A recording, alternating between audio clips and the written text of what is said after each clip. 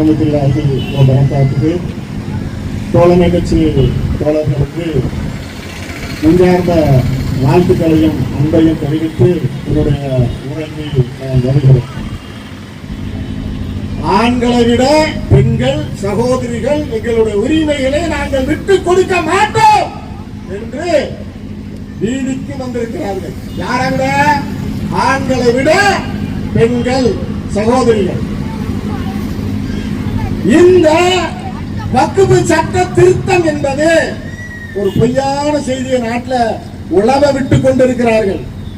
அது என்ன பொய்யான செய்தி? சகோதரர் ஆசாத் அவர்கள் சொன்னார்கள், 9.4 லட்சம் ஏக்கர் இது ராணுவத்திற்கு அடுத்தபடியாக ரயில்வேக்கு அடுத்தபடியாக என்று திட்டமிட்டு ஒரு பொய்யான பரப்புரையை இந்த நாட்டில் மோடி சங்கி கும்பல் செய்து கொண்டிருக்கிறது. அதெல்லாம் ஒண்ணும் கிடையாது. இந்த நாட்டில் 8.8 சதுர கிலோமீட்டர் பாகிஸ்தான் இருக்கிறது. யார் சொல்றா? இந்த மோடி கும்பல் சொல்லுகிறது. அதே போன்று இந்தியாவில் 9.4 லட்சம் சதுர கிலோமீட்டர் என்று ஒரு பொய்யை இந்த நாட்டில் விதைத்துக் கொண்டிருக்கிறார்கள். ஒண்ணுமே கிடையாது. 1.4 லட்சம் ஏக்கர். இது யார் சொல்லுகிறது என்றால் சிறுபான்மை துறையினுடைய அமைச்சர் இருக்கிறார்ல, யாரு? கிரண் ரிஜிஜு. அந்த கிரண் ரிஜிஜு சொல்லுகிறார் 9.4 லட்சம் ஏக்கர் தான் முஸ்லிம்களுடைய வக்ஃப் சொத்து. இது ஒரு பெரிய விஷயமாக அத்தியாவசியமாக இருக்கக்கூடிய பள்ளிவாசல்கள், அத்தியாவசியமாக இருக்கக்கூடிய கபர்ஸ்தான்கள்,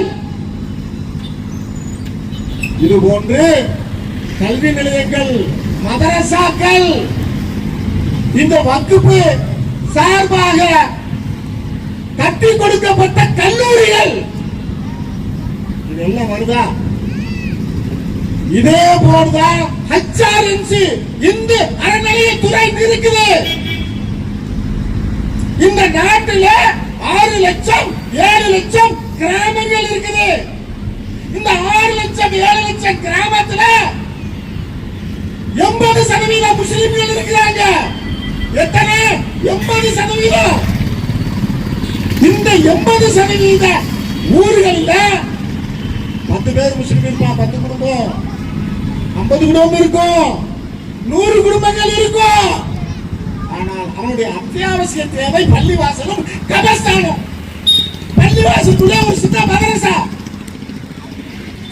5 லட்சம் 6 லட்சம் கிராமங்கள் இருக்கும்போது இந்த மதரசா, இந்த பள்ளிவாசல், இந்த கபர்ஸ்தான் எத்தனை ஏக்கர் வரப்போகுது? அப்ப திட்டமிட்டு இந்த நாட்டில பொய்யான பிரச்சாரத்தை கொண்டு பெரும்பான்மையான இந்து மக்களிடத்தில், நம்மளுடைய தொப்பல்குடி மக்களிடத்தில் கொண்டு போய் சேர்க்கக்கூடிய வேலையா இந்த சங்பரிவார கும்பல்கள் செய்து கொண்டிருக்கிறது. ஒரு விஷயம் தெரியுமா உங்களுக்கு? HRNC சொத்துக்கள், HRNC இந்து சமய அறநிலையத்துறையுடைய சொத்துக்கள் எவ்வளவு தெரியுமா? வெறும் 3 மாநிலத்தில், தெலுங்கானா, ஆந்திரா, தமிழ்நாடு 11 லட்சம் ஏக்கர் இந்த 3 மாநிலத்தில். ஆனால் வக்ஃப் சொத்துல மதரசா வந்துடும், பள்ளிவாசல் வந்துடும், கபர்ஸ்தான் வந்துடும். இது எல்லாம் சேர்ந்துதான் இந்த நாடு முழுக்க 9.4 லட்சம் ஏக்கர். ஆனால் கோயில்கள், கோயிலுடைய நிலங்கள், சுடுகாடுகள், நமக்கு கபர்ஸ்தான் இருக்கு இல்லையா, சுடுகாடுகள், மையவாடிகள், இந்த மையவாடிகளை சுடுகாடுகளை அரசு பராமரிக்கிறது. கோயில்கள் கணக்குக்கு வராது, கோயிலுடைய நிலங்கள் கணக்குக்கு வருது. அதுதான் இந்த 3 மாநிலத்தில் 11 லட்சம் ஏக்கர். அப்ப இந்த நாட்டில் எத்தனை மாநிலம் இருக்கிறது? எத்தனை யூனியன் பிரதேசம் இருக்கிறது? எத்தனை லட்சம் ஏக்கர்? அப்போ ஒரு பொய்யான செய்தியை இந்து மக்கள் மக்களிடத்திலே கொண்டு போய் முஸ்லிம்களுக்கு அவ்வளவு இருக்கு இவ்வளவு இருக்கு அப்படிங்கிற ஒரு பொய் பிரச்சாரத்தை கொண்டு இந்து மக்களை நமக்கு எதிராக, இஸ்லாத்திற்கு எதிராக, முஸ்லிம்களுக்கு எதிராக கொண்டு செல்லக்கூடிய வேலையை இந்த RSS பிஜேபி கும்பல் செய்து கொண்டிருக்கிறது. ஒரு மத கடமை. ஒரு முஸ்லிம் சொத்துக்களை இறைவனுக்காக கொடுப்பது அது ஒரு மத கடமை. ஜகாத்துன்னு ஒன்று இருக்கு, சதக்கான்னு இருக்கு. பிள்ளைகளுக்கு இல்லாத முஸ்லிம்கள் இருக்காங்கல்ல, இவர்கள் அனைவரும் வக்குப்புக்கு எழுதி கொடுப்பார்கள். முஸ்லிம் அல்லாத மக்கள், இந்துக்கள் வக்குப்பு செய்திருக்கிறார்கள். அதே போன்று முஸ்லிம்கள் கோயில்களுக்கு நிலத்தை கொடுத்திருக்கிறார்கள். இன்னைக்கு மதுரையில மீனாட்சி அம்மன் கோயில் பக்கத்தில் இருக்க பெரிய பள்ளிவாசல் 12ஆம் நூற்றாண்டுல கூன்பாண்டியன் என்ற மன்னர், இந்து மன்னர் முஸ்லிம்களுக்காக அந்த இடத்தை கொடுக்க, திப்பு சுல்தானை பத்தி தவறாக இந்த மக்களிடத்திலே கொண்டு போய் இந்த கும்பல் சேர்த்து கொண்டிருக்கிறது. திப்பு சுல்தான் அதிகமாக கோயிலுக்கு செய்திருக்கிறார். முக்கியமாக சிருங்கேரி மடம் வரலாறு. நாம வரலாறு சொல்லுவோம், அவன் பொய்யைத்தான் சொல்லுவான். இப்படி இவர்கள் ஏற்பட்டிருக்கிற இந்த சட்டத்துல, இந்த வக்ஃப் சட்டத்துல முஸ்லிம்கள் கூட வக்ஃப் செய்ய முடியாது. அது தெரியுமா? முஸ்லிம்கள் கூட இறைவனுக்காக நான் இந்த சமுதாயத்தினுடைய இந்த பள்ளிவாசலுக்கு, கபர்ஸ்தானுக்கு, இந்த ஏழை மக்களுக்காக நான் செய்யக்கூடிய அந்த என்னது தர்மம், அதை முஸ்லிம் செய்ய முடியாது. இப்ப இந்துக்களும் செய்ய முடியாது. ஒரு முஸ்லிம் வக்ஃப் செய்ய வேண்டி இருந்தால் அவன் 5 வருஷம் பிராக்டிஸ்ல இருக்கணுமா? என்ன பிராக்டிஸ்? இந்த பிராக்டிஸ் வந்து நமக்கு எடுத்துக்கொள்வோம். தொழுகை, நோம்பு, ஜக்காத், ஹஜ் இதெல்லாம் கடமையில் வந்துரும், பிராக்டிஸ்ல வந்துரும். இந்த பிராக்டிஸ் எல்லாம் யாரு வரையறுப்பது? 5 வருஷம் ஒரு முஸ்லிம் பிராக்டிஸ்ல இருந்தால் அவன் சொத்துக்களை எழுதி வைக்கலாம். ஏன் சொத்து? நான் உழைச்ச சொத்து, எங்க அப்பா பாட்டா கூட்ட உழைச்ச சொத்து. நான் இறைவனுக்காக செய்வதற்கு எனக்கு ஒரு வரையறையை சொல்லுது இந்த வக்ஃப் திருத்த சட்டம்.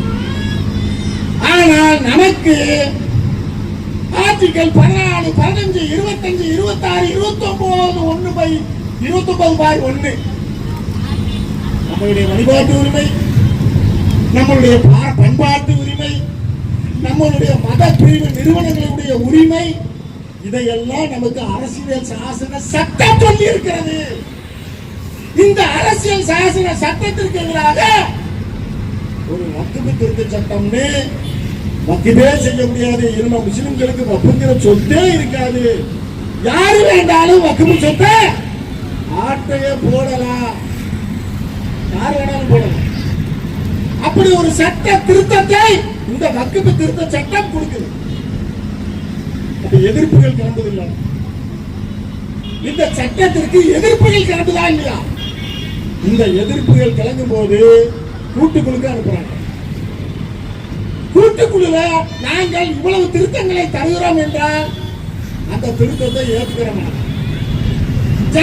ஜெகதாம்பி பால் அப்படின்னு ஒரு கூட்டுக்குழுடைய தலைவர் இன்னைக்கு நைட்ல ஒரு 655 பக்கம் பேப்பரை தந்துட்டு இதுதான் வக்ஃப் திருத்த சட்டம், நீங்க காலையில நாளைக்கு கருத்து சொல்லுங்கன்னா சொல்ல முடியுமா? எவ்வளவு அதிகார கொழுப்பு! இது மட்டும் இல்ல மக்களே, திருச்செந்துறைன்னு ஒண்ணு இருக்கு பாருங்க, திருச்சி மாவட்டத்தில். அங்க ஒரு விவசாயி ராஜகோபால் நினைக்கிறேன், அந்த விவசாயி 1.25 ஏக்கர் நிலத்தை ரிஜிஸ்டர் பண்ண போறாரு. ரிஜிஸ்டர் என்ன சொல்றாரு? இது வக்ஃப் சொத்து. வக்ஃப் சொத்து தானே சொல்ல முடியும். இப்ப உடனே பிஜேபி கும்பல் அதனுடைய அமைச்சர்கள், மத்திய அமைச்சர்கள், ஒன்றிய அமைச்சர்கள் சோபா கிரண் லட்சே அப்படிங்கிற ஒரு பெண்ணு அங்க வந்து பெரும் பிரச்சனைகளை அவர்கள் என்ன செய்றாங்க, ஏற்படுத்துறாங்க. யாருக்கு எதிராக? இந்துக்களை இந்த நிலத்தின் மூலமாக, இந்த சொத்துக்களின் மூலமாக முஸ்லிம்களுக்கு எதிராக திசை திருப்பக்கூடிய வேலையை யார் செய்றார் என்றால், இந்த நாட்டினுடைய சட்டத்தை மதித்து அதன் மீது என்ன உரிமை செஞ்ச காப்புரிமையா செய்த அந்த கும்பல் இஸ்லாத்துக்கு எதிராக, முஸ்லிமுக்கு எதிராக, முஸ்லிம்களை இந்துக்களுக்கு எதிராக திசை திருப்பக்கூடிய வேலையை நேரு தான் கொண்டு வந்தாரு. 54 நேரு தான் கொண்டு வந்தாரு இந்த சட்டத்தை. அம்பேத்கர் அவர்கள் இந்த சட்டத்தை கொண்டு வரல. அப்ப ஒண்ணும் தெரியாத மக்கள் என்ன நினைப்பாங்க, அம்பேத்கரை இஸ்லாத்துக்கு எதிராக, முஸ்லிமுக்கு எதிராக திருப்புறாங்க.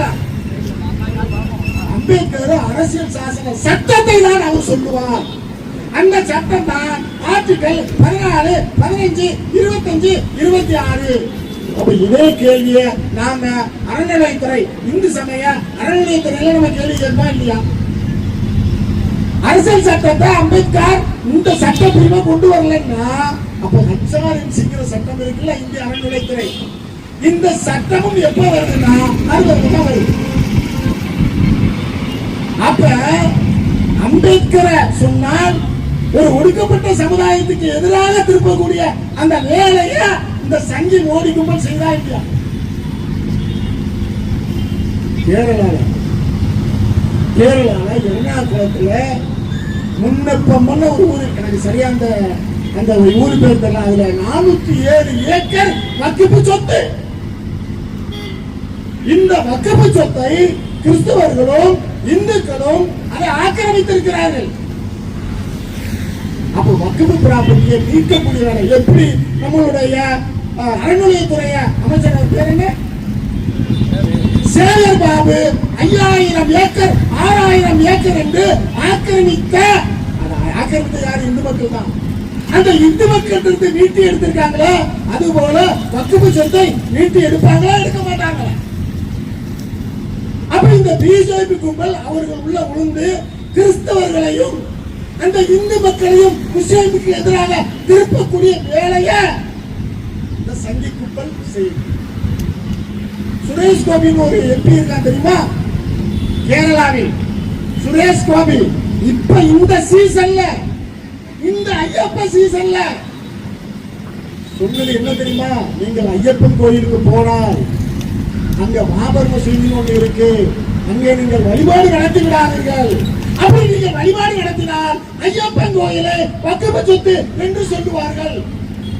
எப்படி இந்துக்களுக்கு தீ வச்சு கொடுக்குறாங்க, முஸ்லிமுக்கு எதிராக இந்துக்களை தீ வைத்து கொடுக்கிறார்களா?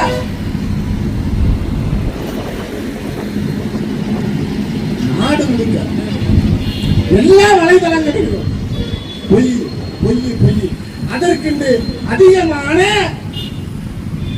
பல லட்சம் பேரை இதுக்கிற வேலை செய்வதற்காக பொய் தொழிற்சாலையை இந்த பிஜேபி கும்பல் நடத்தி கொண்டிருக்கிறது. இது மட்டும் சுரேஷ் கோபி சொல்லல, தன் மேடையில ஆவூர் பக்கத்துல வேளாங்கண்ணி இருக்கு, அந்த வேளாங்கண்ணியும் வக்ஃபு சொத்துக்கு கொண்டு வந்துருவாங்க. 1-2 செஞ்சிருக்காங்க. லவ் ஜிகாத்து, ஓட்டு ஜிகாத்து, துப்பு ஜிகாத்து, கொரோனா ஜிகாத்து.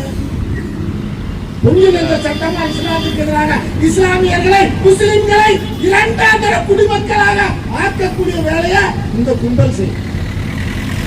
சச்சார் கமிட்டி என்ற ஒரு கமிட்டி 2006 சொல்லிச்சு. ஒரு நீதி அரசனுடைய தலைமையில அந்த கமிட்டி வந்து சொல்லுது, என்ன சொல்லுது, இந்த நாட்டில முஸ்லிம்கள் தலித்துகளை விட, ஒடுக்கப்பட்டவர்களை விட, பழங்குடியினரை விட கல்வியில, வேலை வாய்ப்பில, சமூகத்தில, பொருளாதாரத்தில பின்தங்கி இருக்காங்க. ஆனால் இந்த வக்ஃபு சொத்து 6 லட்சம் 5 லட்சம் 7 லட்சம் ஏக்கர் இருக்குது. அதை கொண்டு நாம் அதை பயன்படுத்தலாம். அது வரைக்கும் சங்கிகள் சும்மா இருந்தாங்க. ஓ இவ்வளவு இருக்குதா, போடுற ஆப்ப ஆரம்பிச்சோம். இது நான் சொல்லவில்லை. பைசல் என்ற ஒரு ஜூரிஸ்ட், சாணக்கியா, டெல்லி சாணக்கியா பல்கலைக்கழகத்தினுடைய துணை வேந்தர்,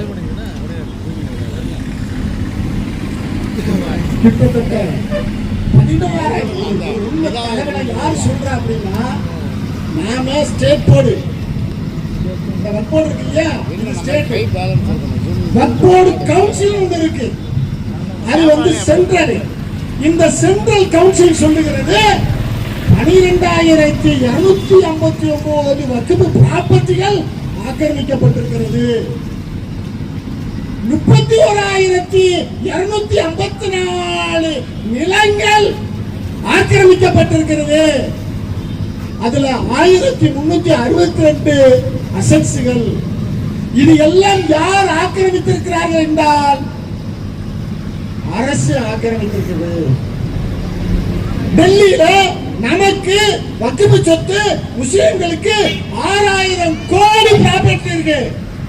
அந்த 6,000 கோடியில டெல்லியில் இருக்கக்கூடிய முஸ்லிம்கள் பெரிய அளவுல நம்மளுடைய பொருளாதாரத்தை, கல்வியில, சமூகத்துல பெரிய நிலையை அடைய முடியும். ஆனால் 2% வருமானம் வருது. ஒரு 10 லட்சத்தினுடைய கட்டணத்துல வருமானம் வரும் என்றால், வாடகை வரும் என்றால் அது 7% வரை சட்டம், வக்ஃப் சட்டம் இருக்கு, எடுத்துக்கொள்ளலாம் என்று 86 ஏக்கர் 1 ரூபாய்க்கு லீஸ் இருக்காங்க. எத்தனை? 86 ஏக்கர், 110 ஏக்கர் 11 ரூபாய்க்கும், 107 ரூபாய் 27 ரூபாய்க்கும் லீஸுக்கு இருக்காங்க. உத்தரகாண்டில் மட்டும் 80,000 கோடி சொத்துக்கள் மாஃபியா கும்பல்களால் ஆக்கிரமிக்கப்பட்டிருக்கிறது. ஒரு கதையை இந்துக்கள் மத்தியில சொல்றான், பெரும்பான்மையான இந்து சகோதரர்கள் மத்தியில என்ன சொல்றான் அப்படின்னா, ஒரு மதகுரு, நம்மளுடைய உலமா, நம்மளுடைய ஆலிம் ஹஜரத், இது எங்க சொத்து அப்படின்னா அது ரத்னாயிரும். படிக்காத மக்கள் இடத்துல, வறிய மக்கள் இடத்துல, ஒன்றும் தெரியாத மக்கள், ஏன்னா அவன் சாணியை தின்னுக்கிட்டு இருக்கான், மூத்திரத்தை குடிச்சுக்கிட்டு இருக்கான். அவன்கிட்ட போய் இது சொல்லும் போது அவனுக்கு என்ன இருக்கும்? நாம கல்வியில, வேலை வாய்ப்புல தமிழ்நாடு உயர்ந்த இடத்துல இருக்கு, அவன் பாதி கூட இல்ல. அவங்கிட்ட போய் இந்த மாதிரியான செய்தியை கொண்டு போனால், இப்ப நீங்க ஒண்ணும் சொல்லிட வேண்டாம், இது ராமர் பிறந்த இடம், இது அனுமன் பிறந்த இடம், இது கிருஷ்ணர் பிறந்த இடம், அவர் இங்க வந்தாரு, இவர் இங்க, இது ஏன் சொல்ல வேண்டாம். ஏனால் பெரும்பான்மையான சமூகத்துல வறியவர்கள் இருக்கும், ஏழைகள் இருக்கும், எதுவும் இல்லாதவர்கள் இருக்கிறோம், ரவுடிகள் இருக்கிறோம். அப்ப முஸ்லிம்களுக்கு இவருடைய சொத்து இருக்குது, இவர் கூட நீ இந்த மாதிரி ஆக்கிரமித்தால் நாங்க யாரு? நாங்க பிஜேபி பொலிட்டிக்கலா உனக்கு நான் சப்போர்ட் தருவேன். இது எவ்வளவு பெரிய அயோக்கியத்தனம். அப்போ நீ கோர்ட்டுக்கு போக வேண்டாம், எங்கேயும் போக வேண்டாம். பாபர் மசூதி போல பல ஆண்டுகள் வந்து என்ன செய்ய வேண்டாம், கோர்ட்டுக்கு அலைய வேண்டாம்.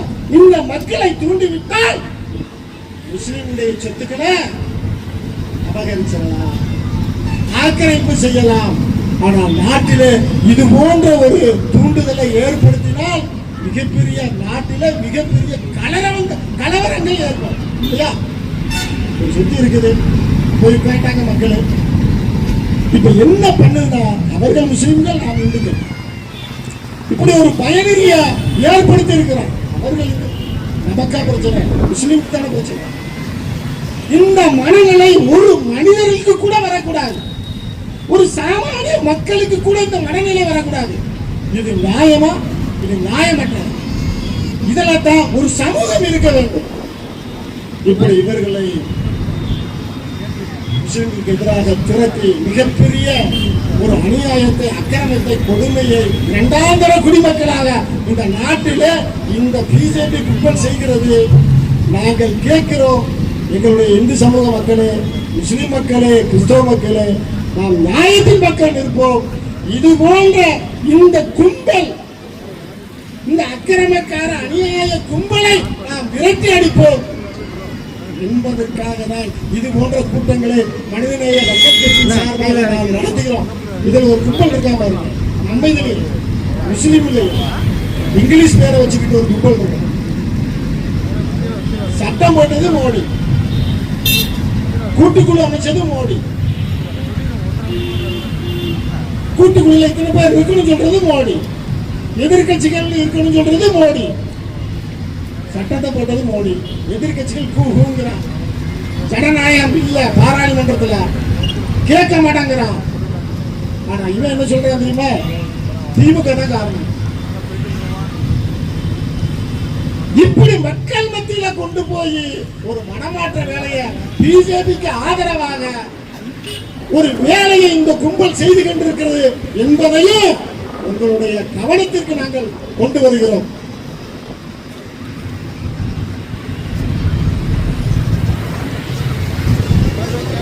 கவனத்திற்கு நாங்கள் கொண்டு வருவோம். நேரம் முடித்துவிட்ட காரணத்தினால் மாநில பிரதிநிதிகள் பேச வேண்டியிருப்பதால் நிறைவு செய்கிறேன். நன்றி மக்களே.